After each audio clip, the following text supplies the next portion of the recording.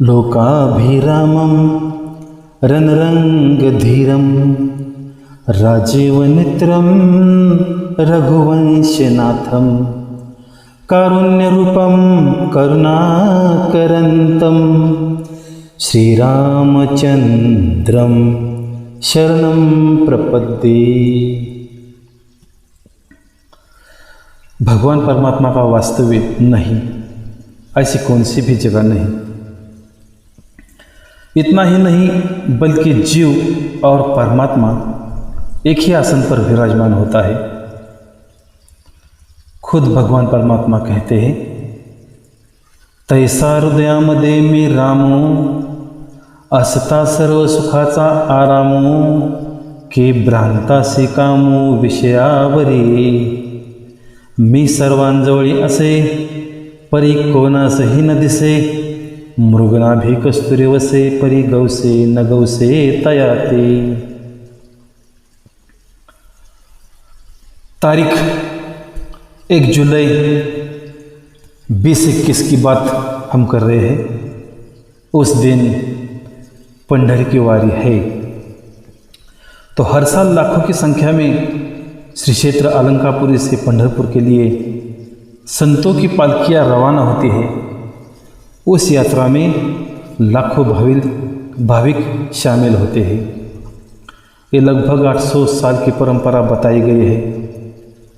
लेकिन इस साल जग भर में कोरोना का संकट तांडव मचा रहा है और कई लोगों को अपना शिकार बना रहा है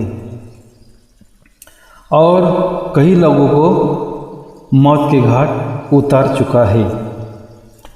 देश के लोगों की सुरक्षा के लिए शासन से देश भर में संचारबंदी लागू हुई है और सरकार का ये फैसला सही है। ऐसी संचारबंदी पिछले साल भी की थी। कुछ भक्तजन लोग, कुछ वारकरी मंडली लोग पताका लेकर पंढरपुर की ओर फिर भी रवाना होते हुए दिखाई दिए थे और सरकारी निर्देशों का उन्होंने पालन नहीं किया था, ऐसा दिखाई दिए थे। अब की साल भी देश में संचारबंदी लागू है। अब आप देखेंगे कुछ ऐसे ही भक्त लोग और इस साल भी फिर ऐसे ही करने वाले हैं। तो कहने की बात यह है, मुद्दा यही है कि अगर देश का वारकरी बचेगा तो और भी वारी करेगा, हर साल वारी करेगा। तो वारकरी बांधवों को विनती है कि सरकार के निर्देशों का पालन करें। यात्रा में अगर हजारों संख्या में लोग शामिल हुए तो कोरोना का खतरा और भी बढ़ सकता है। सरकार ने ये कदम जो उठाया है वो हमारे वारकरी बांधवों के लिए ही उठाया है। तो सरकार प्रशासन पूरी तरह से कोशिश कर रही है कि ये जो कोरोना की चेन है, ये जो महामारी की चेन है, उसको तोड़ सके, काबू कर सके। तो बस हमें कुछ दिन उसका पालन करना है, कुछ दिन हमें सोशल डिस्टेंसिंग में रहना है।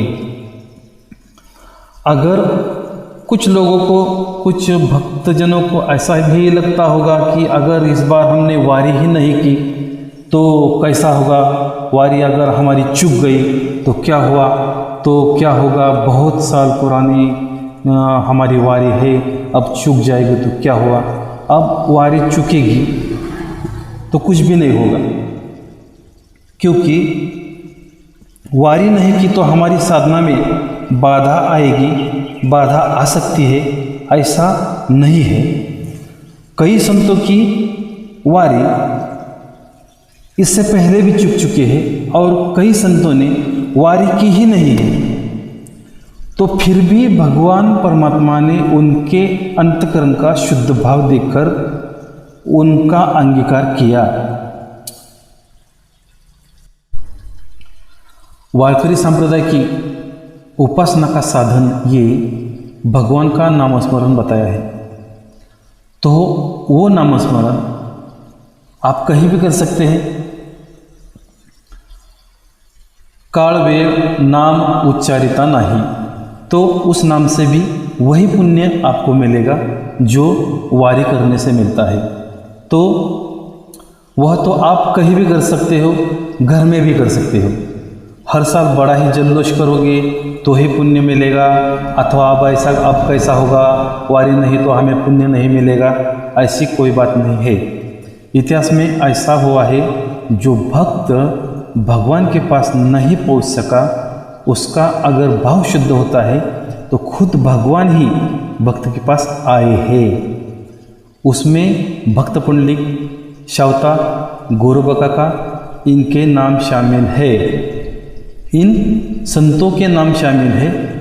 तो हर संतों ने वारी की ही है, तो हर संतों ने वारी ही की है तो ही भगवान उन्हें मिला है, प्राप्त हुआ है, ऐसी तो बात नहीं। जिसका भाव शुद्ध है भगवान ने उनका अंगीकार किया है। तो जिन भक्तों को भगवंत की सर्वव्यापकता, जिनको भगवान की सर्वव्यापकता का बोध हुआ है, उनके लिए तो चराचर का हर एक प्राणी अतः हर एक जीव भगवान ही होता है। आगे चलकर आपको बताए तो वो खुद भी भगवान है, और सभी संतों ने सभी मानव के लिए यही संदेश दिया है। संत महात्माओं के संदेश का और महाराष्ट्र शासन के नियमों का हमें पालन करना चाहिए। ये भी हमारा धर्म है और ये भी हमारा कर्तव्य है।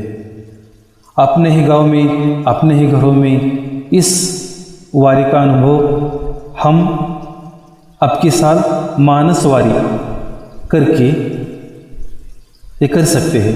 अब के साल सोशल डिस्टेंसिंग, मास्क का उपयोग, सैनिटाइज़र का इस्तेमाल और भगवान का नाम स्मरण और भगवान का भजन करें, और कृपया हो सके घर पर रहे, सुरक्षित रहे।